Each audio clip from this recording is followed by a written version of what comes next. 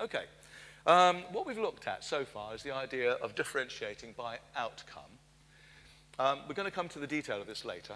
The idea is that we set open, challenging tasks for students, and every student has a bash at them. Even though they're high-order thinking, every student has a bash at them. Some students will produce very, very detailed and very well-reasoned answers. Others will produce rather wobbly ones. But we're making every student make sense, because that is the learning process. And in the middle of your table, there, I'm hoping you'll find, there's at least one set of teaching methods. And they're all on a little treasury tag. That's just to keep them together in a set. And what I'd like you to do, if you wouldn't mind, is to have a look at those and see whether they do what you think differentiation requires, which is to get the Roberts and the Robertas learning, for example. There's other aspects of differentiation as well, but we've only got a couple of hours. I think if we get the Roberts and the Robertas going, we'll have done jolly well in that time. But we've got, I'd like you to do the following. Let me explain before you start. One person, just get the set, take the treasury tag out, because that's just to hold them together. Deal them out as if they were playing cards, so that everybody's got a little pile of 2 or 3 or 5 or whatever it would be. When you've got that, I'd like you to think, with your own little pile, does it differentiate well? Is it going to get the Robert and the Susan learning well? Yeah, in which case you put it in one pile. Is it not going to differentiate rather well? Is it going to leave the Robert behind and the Susan will do okay, or maybe neither the Susan nor the Robert or whatever? So make your choice about where the teaching method goes. Each little card has got a teaching method described on it in outline. When you've done that with your own little set of cards, I'd like you, as a table, to share some ideas about the ones which differentiate best and the ones that differentiate worst. And what I'd like, if you wouldn't mind, you won't have time to sort all these cards. You've got a set of them, by the way, in your pack on page 44, 45, so you can play this game back at the ranch if you want to with colleagues.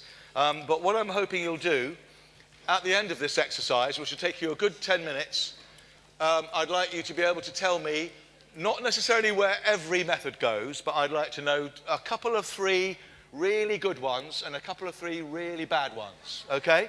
And then we're going to fix the bad ones, because actually we can. The way they're described on the pack, on the card doesn't work very well, but it'll work if you do it differently. So, get sorting. You've got about 7 minutes, okay? Got about 7 minutes.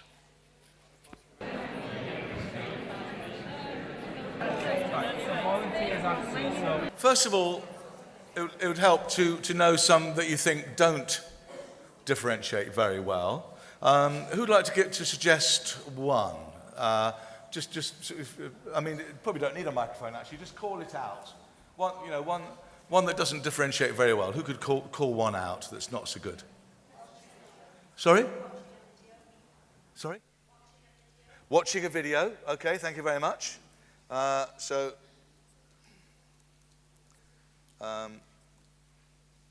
watching a video.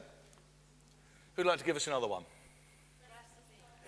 Recipe. Sorry, a recipe style. Another one? A demonstration.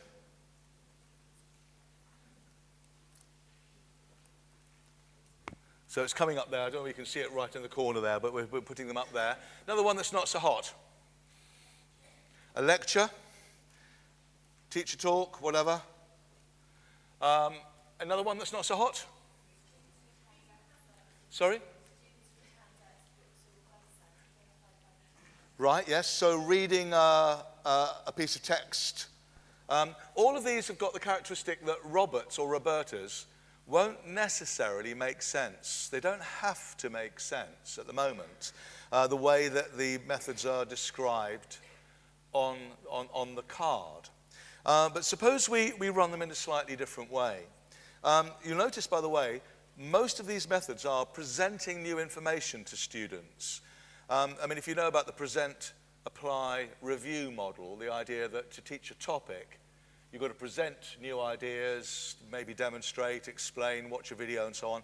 Then the students have got to apply that learning, and then they've got to review what have we learned today, sort of thing, and reuse it a number of times in order to get there, a fully understanding. Then they're all in the present phase. They're all about input. They're all about giving information.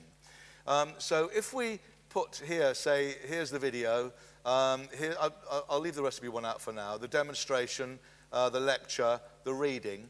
If we imagine that we've got to do that, and these are not bad methods. They're absolutely, we'd be lost without them. I'm using them.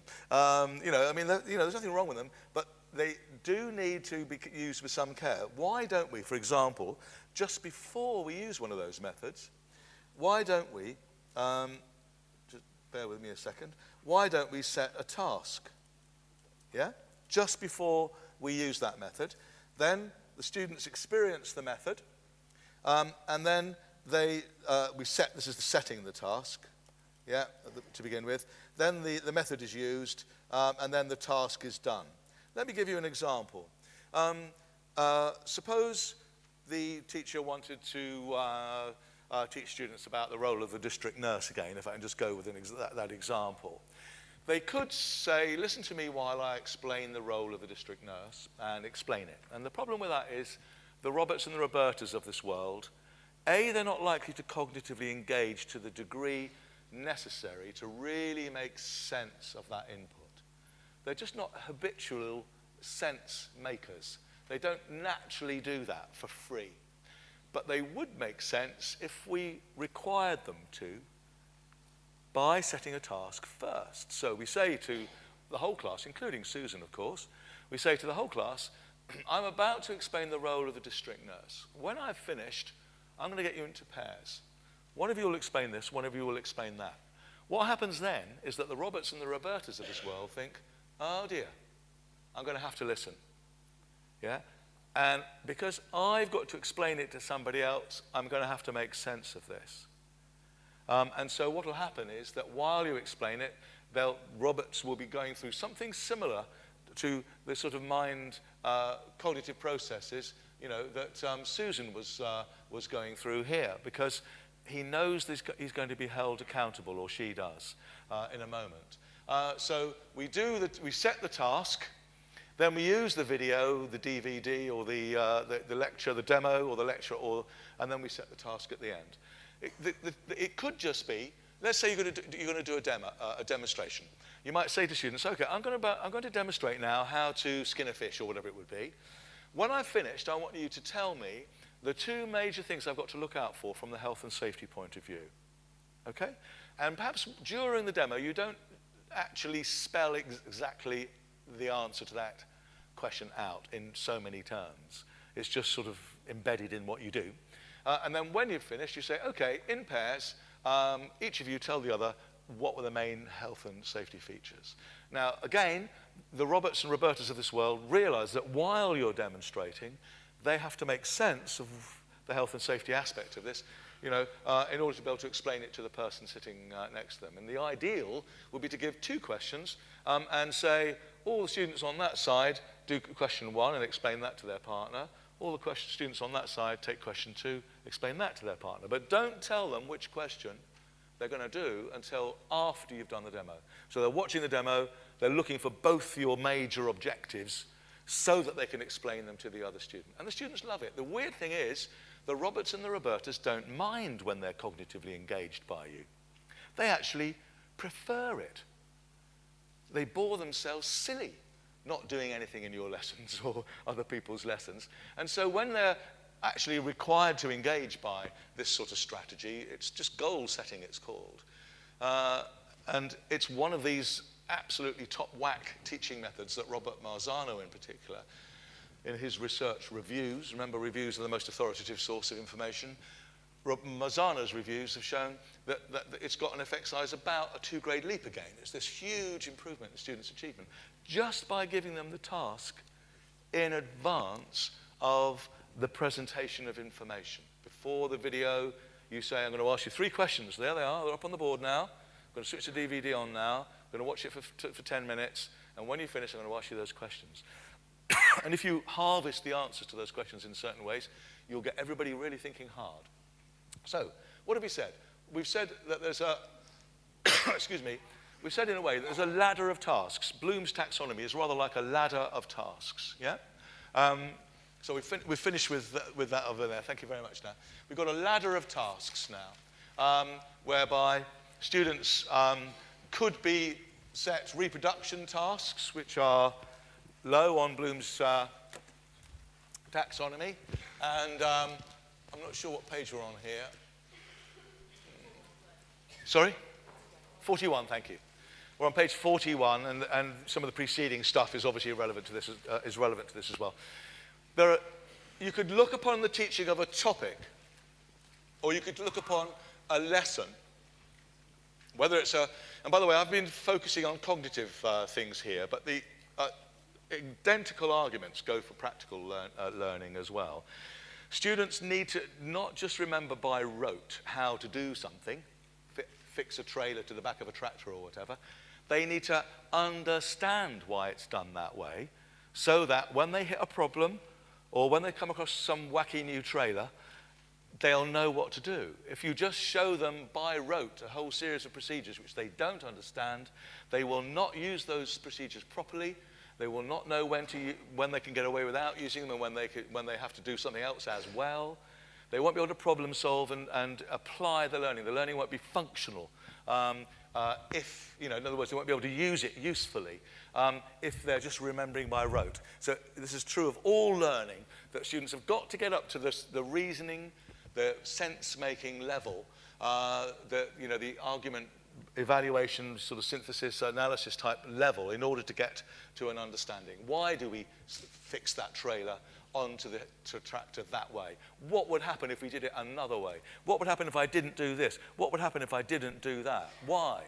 Yeah? Those are all reasoning questions. And if a student understands them, they'll know how to hitch a trailer on properly. And if they don't, they'll do it dangerously. Yeah? So this is true of all forms of learning, really. Okay, so looking at the teaching of any topic, it's sort of like a ladder. We start off perhaps with reproduction. Define this, just sort of facts, really. Then we go up to simple reasoning, and these are often missed out. Why is this knife better than that knife for cutting up apples? Just simple reasoning questions. Then we get up to challenging reasoning questions. Here's a large, menu of recipes. Which tools would you use if you had a minimum set in order to do a banquet in a very inaccessible and difficult place? If you had to take a minimum set of tools, what would you use? That's more reasoning, type of task. So, what we want is those ladders with all the rungs in place. And sadly, when you look at lessons, very often, or tasks or assignments, here's a humanities essay, for example. Examine the importance of full employment in a post-industrialized country. Immediately, you're evaluating, but where were the rungs that got you up there? Where were the rungs that said define unemployment? Where was the simple, what would be the major problems with unemployment? Simple reasoning questions that would help you do that more challenging task. Here's a vocational assignment often. Very simple reproduction tasks followed by a very difficult case study. And the students haven't got the simple reasoning tasks in the middle there to help them make sense of this case study and see why things are done, and therefore enable them to do them all. So we want all our rungs in place. So what I'd like to do is just ask you for a moment, have you got the rungs in place?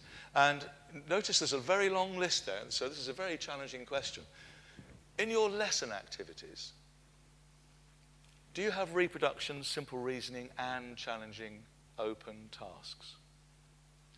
Because that differentiates. The Susans won't get bored if you set an open, challenging task. If you set a challenging task that's closed, i.e. you can finish it, she'll say, I finished.